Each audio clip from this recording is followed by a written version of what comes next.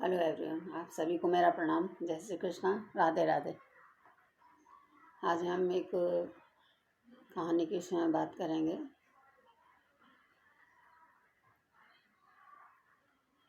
प्रेम का मोल। ये भी रविन्द्रनाथ टैगोर की कहानी है। इसमें बताया है बृहस्पति के बेटे हैं कच्छ, जिनको शंकराचार्य संसार के लिए शंकराचार्य के पास शिक्षा लेने को बुलाया है कि आप वहाँ जाओ और उनसे शंकराचार्य से शिक्षा लेकर के आओगे। अमृत जीवन अमृत का रहस्य क्या है, वो रहस्य जानने के लिए शंकराचार्य के यहाँ जाते हैं और वहाँ रहकर शिक्षा ग्रहण करते हैं। अब शिक्षा ग्रहण करना बोलेंगे तो आप संसार में उतरे हैं और संसार में आने के बाद में सांसारिक बातों में लगे हैं। तो जब शंकराचार्य के यहाँ थे तो वहाँ उनकी बेटी थी देविका। तो देविका के पास देवयानी के पास गए और देवयानी से बोले कि मुझे यहाँ रहने की व्यवस्था करके दी। उन्होंने अपने इस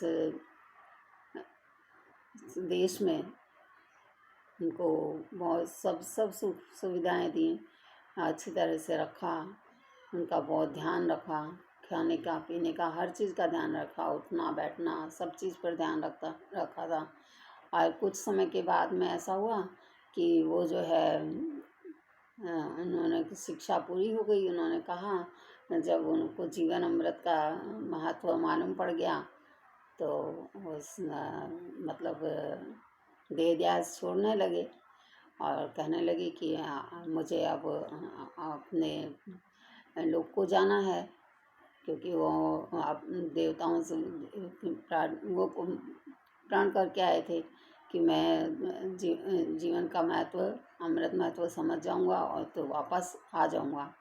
तो इस तरह से उनका यहाँ पर प्रेम प्रसंग चलता रहा और वो उससे जीवन में अमृत को समझ लिया उन्होंने और वापस जाने के लिए कहने लगे। तो देविका ने कहा कि आप इतने समय तक मेरे यहाँ रहे, फूलों से मेरे जो फूल हैं वाटिका के, उन वाटिका के फूलों को आपने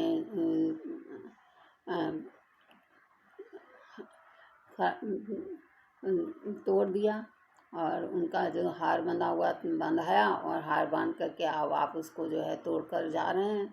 तो ये नारी का अपमान है।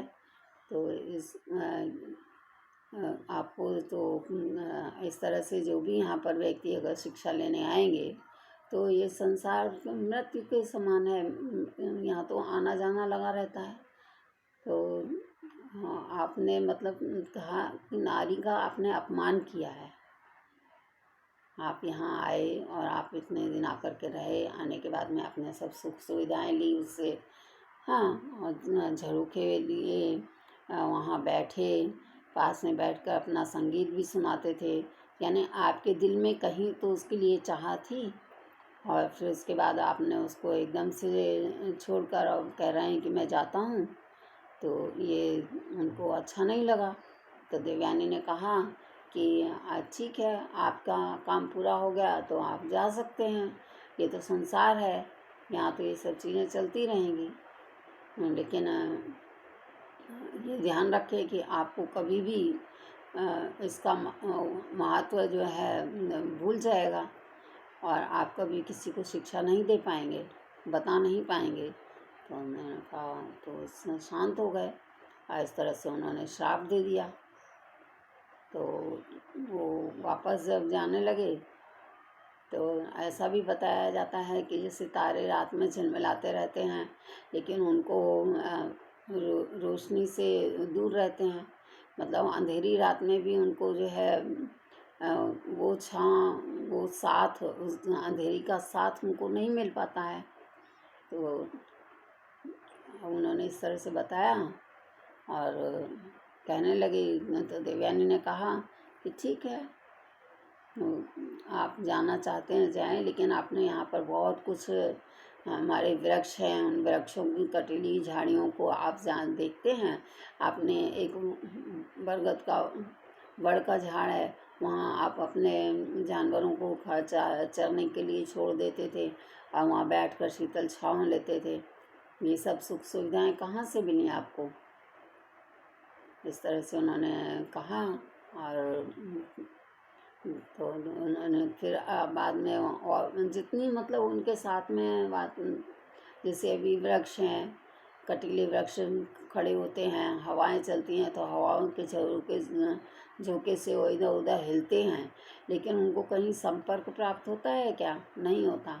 तो इसी प्रकार से कहते हैं कि जब हम साथ पकड़ते हैं तो मतलब इसमें उन्होंने यहाँ संसार के विषय में बताया है कि संसार में आने के बाद आप देवलोक से आए हैं तो ठीक है, लेकिन संसार में आने के बाद जब आपने किसी के साथ संबंध रखा है तो उसको किसी भी प्रकार से उसको आपको समक्ष लाना चाहिए, प्रत्यक्ष होना चाहिए और उसको समझना चाहिए। यानी पत्नी का अपमान कभी ना किया जाए, ये चीज़ यहाँ पर शिक्षा देती है। और मैं इतना कहकर आपसे विदा लूँगी। आप इस को पढ़ें, बहुत अच्छी पुस्तक है। धन्यवाद। जय श्री कृष्ण। राधे।